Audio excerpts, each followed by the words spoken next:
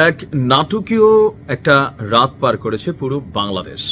ধানমন্ডি ৩২-এর সামনে বেশ কিছু ঘটনা ঘটেছে। কিছু ছিল সত্য, কিছু আবার ছিল ধরেন আওয়াজে পাকিস্তান টাইপেরও। রাত আনুমানিক ১২টার পরে ধানমন্ডি ৩২-এর সামনে কিন্তু ককটেল বিস্ফোরণের সত্যিকারের একটা ঘটনা ঘটেছে। ফুটেজের একটা অংশ আপনারা দেখছেন। বাট এই ঘটনাটা ছাড়া আরো যে সকল নাটকীয় ঘটনাগুলো ঘটেছে, চলুন দেখি বাকি নিউজে বিস্তারিত। সালামু আলাইকুম। আজ ঐতিহাসিক 15ই আগস্ট, যেদিন বঙ্গবন্ধু শেখ মুজিবুর রহমান সপরিবারে তার পরিবার নিয়ে নিহত হয়েছিলেন। তো আজকের এই দিনটা রাষ্ট্রীয়ভাবে যে শোক দিবস ছিল সেখান থেকে বিচ্ছিন্ন হয়েছে।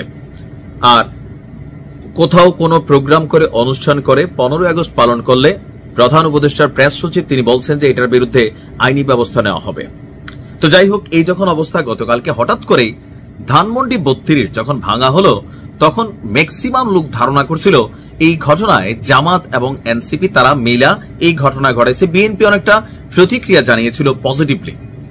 বাট গতকালকে রাত্রে হঠাৎ করে যখন আমরা দেখলাম যে ধানমন্ডিতে বিএনপির নেতাকর্মীরা একের পর এক সেখানে অবস্থান নিচ্ছেন, এবং কি সজীবজের জয়ের যে ডাক ছিল, আহ্বান ছিল, সেটাকে প্রতিহত করার জন্য পলিটিক্যালি তারা সেখানে অবস্থান নিয়েছেন। এর মাঝখানে বেশ কিছু নাটকীয় ঘটনা ঘটেছে।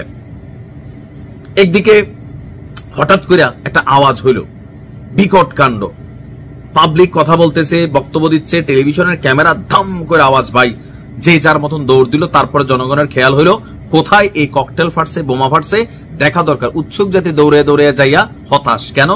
গাড়ির টায়ার ফাটছে। থাকে না যে সিচুয়েশনটাই এমন যে একটা সাইকেলের চাকা ব্রাস্ট হলেও ভয় কাজ করতেছে, আওয়ামী লীগ কোন দিক দিয়ে এসে আবার কোন নাশকতা ঘটাইতেছে কিনা। কিন্তু গোয়েন্দা তথ্য আছে নাশকতা ঘটার। আজকের দিনেও বাংলাদেশের 7টি জেলাকে রিস্কি ধরা হয়েছে। তো যাই হোক, এই গেল টায়ার কাণ্ড। এর আগে দিয়ে ঘটল আরো 2 কাণ্ড।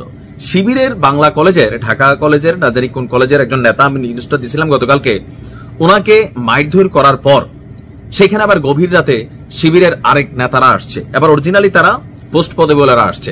আসার পরে যেই ছেলে ওই ভাইরে মারছিল, ওই ছেলের সামনে আবার বিএনপির নেতারা সহ শিবিরেরটা মুখোমুখি অবস্থান ছিল, যদিও ছাত্রদলের পক্ষ থেকে। কারণ ওই শিবিরের যে বাংলা কলেজের যাকে মারধর করা হয়েছে, এখানে সম্ভবত ছাত্রদলের কোন একজন কর্মী বা একাধিক কর্মী কানেক্টেড ছিল।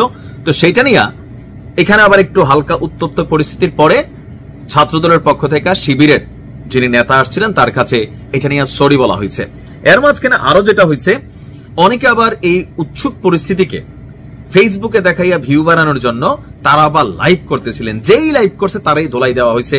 এরকম 2-3 জনের ঘটনা সামনে আসছে। কেন ফেসবুকে লাইভ করতেছে? তার মানে নিশ্চয়ই ছাত্রলীগের কর্মী।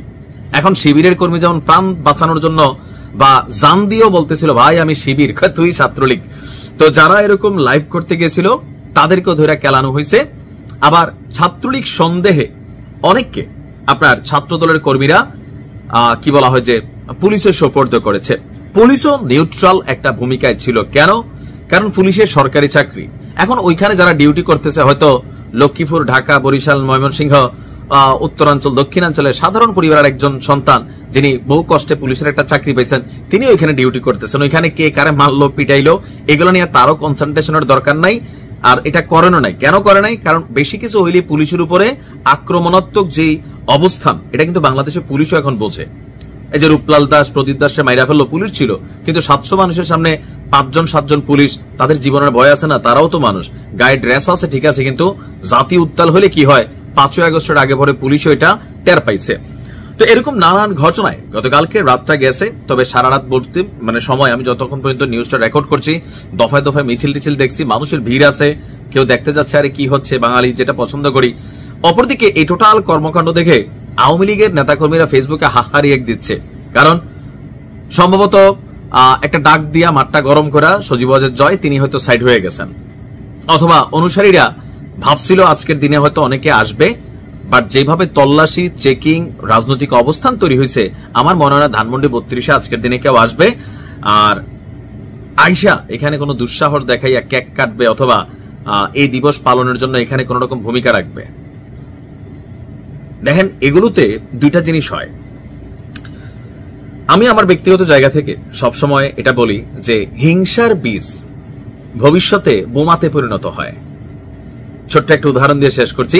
আপনি হয়তো রাগের মাথায় আপনি একটা থাপড় দিয়ে ফেলছেন, হঠাৎ করে আপনার একটু ক্ষমতা হয়েছে, আপনি পয়সাওয়ালা হয়েছেন অথবা পেশি শক্তি হয়ে গেছে, তা আমি আপনার দিকে একটা সালাম দেই না অথবা একটু কেমনে তাকাইছি, অথবা আমার দ্বারা আপনার ছোট ন্যূনতম একটা ক্ষতি হয়েছে, আপনি আমার হয়তো রাগের মাথায় একটা থাপ্পড় দিয়ে দিলেন। কিন্তু আমি যখন আপনারে দিব সেটা হবে প্রতিশোধ। তো বাংলাদেশের রাজনীতিতে এই প্রতিশোধের খেলা সম্ভবত এটা কন্টিনিউ থাকবে। আজকের দিনে যা যা ঘটবে এগুলা আওয়ামী লীগের কাছে আগামী দিনে 10 বছর 20 বছর পরে হোক, এই বিষয়গুলোকে পুঁজি করে হয়তো আরো তখন নতুন বিভৎস আরো কিছু ঘটনা ঘটবে। সিদ্ধান্ত হচ্ছে আমাদের, আজকের দিনে আমরা কোন বীজ বপন করব। আইন করে বাংলাদেশে বঙ্গবন্ধু শেখ মুজিবুর রহমান, তারপর হচ্ছে যে জিয়াউর রহমান অথবা জামাত ইসলামের নেতাকর্মীদের কাছে তাদের যারা ঊর্ধ্বতন নেতা আছে, যুদ্ধ অপরাধের দায়ে ফাঁসি দিয়েও এদের জনপ্রিয়তা আপনি কমাইতে পারবেন না। এইখানে যতবার আপনি হিট করবেন ততবারই ওই মানুষগুলার, ওই দলগুলার জনপ্রিয়তা বেড়ে যাবে। এটা বাংলাদেশ থেকে প্রমাণিত। আওয়ামী লীগের আমলে জামাতের জনপ্রিয়তা সর্বোচ্চ বাড়ছে, তলে তলে বিশাল তারা অবস্থান তৈরি করছে শুধুমাত্র আওয়ামী লীগের কারণেই।